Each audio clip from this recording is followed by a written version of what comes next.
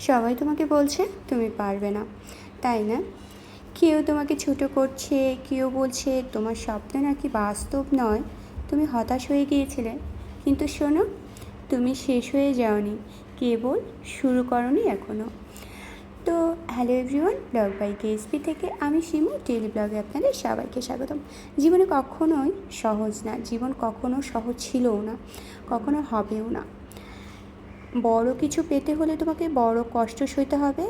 যখন সবাই ঘুমায় তখন তোমাকে কিন্তু জেগে থাকতে হবে।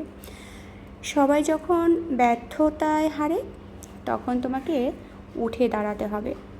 মনে রেখো, তোমার সবচেয়ে অন্ধকার সময়টাও তোমাকে তৈরি করে সবচেয়ে উজ্জ্বল মানুষ হিসেবে।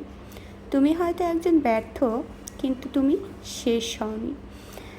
সফলতা চাই ধৈর্য, সাহস আর লেগে থাকার মানসিকতা। শুধু আজ না, প্রতিদিন চেষ্টা করো। একদিন না একদিন পুরো দুনিয়া তাকিয়ে থাকবে তোমার দিকে আর বলবে এই মানুষটা কোনো একদিন হার মানেননি।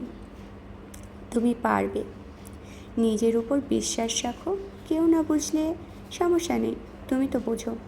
একজন যোদ্ধা, আজ থেকেই চেষ্টা করো, কারণ তোমার স্বপ্ন অপেক্ষা করছে তোমার সাহসী এক পদক্ষেপের জন্য।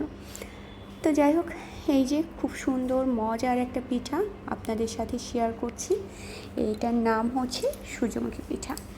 এই সূর্যমুখী পিঠাটা খেতে যেমন মজা, দেখতেও তেমন সুন্দর, আর এটা বানাতেও খুব সহজ। আর বাচ্চারা চিকেন পছন্দ করে, তো ঘরে তো সবসময় চিকেন থাকেই।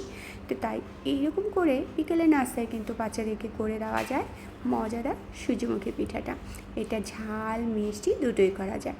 নারকেল ঘরে থাকলে নারকেলের পুর ভরেও করা যায়, আর এটা ঘরে যেহেতু চিকেন থাকে চিকেন দিয়ে ঝাল ঝাল করেও করা যায়। যারা ঝাল পছন্দ করেন তারা ঝাল দিয়ে করবেন, যারা মিষ্টি খেতে পছন্দ করেন তারা মিষ্টি করে নেবেন। এটা দুটোভাবেই খাওয়া যায়, খেতে ভীষণ মজা, দেখতেও ভীষণ সুন্দর। প্রথমে চালের আটাটাকে ভালো করে গরম জলে কাই করে নিতে হবে। তারপরে এটাকে ছোট ছোট রুটির মতো করে বেলে দুটো করে বেলে নিতে হবে। একটার মধ্যে পুর ভরে তার উপরে আবার আরেকটা দিয়ে চারপাশে ট্যাপ ট্যাপ করে দিয়ে একটু চারপাশ থেকে কেটে কেটে এরকম করে চৌকো করে তারপরে স্টাইল করে নিতে হবে সূর্যমুখীর মতো করে। তো এরকম করে আমি সব কয়টা করে নেব, আর সব কয়টা করে নিয়ে তারপরে আমি ডুবো তেলে ভেজে নেব। তো এদিকে আমার সবগুলো করাও হয়ে গেছে। তো এখন আমি ডুবো তেলে সবগুলো ভেজে নেব। এটা আপনারা যে কোনো সময় বানিয়ে খেতে পারেন। ঘরে থাকা অল্প কিছু উপকরণে কিন্তু এটা বানানো যায়। আপনারা চাইলে সবজির পুর ভরেও কিন্তু করে নিতে পারেন। তো এরকম করে আমি সবগুলো এক এক করে পিঠা ভেজে নেব। ভেজে নিয়ে তারপরে এটা গরম গরম বাচ্চাদেরকে দিয়ে দিব।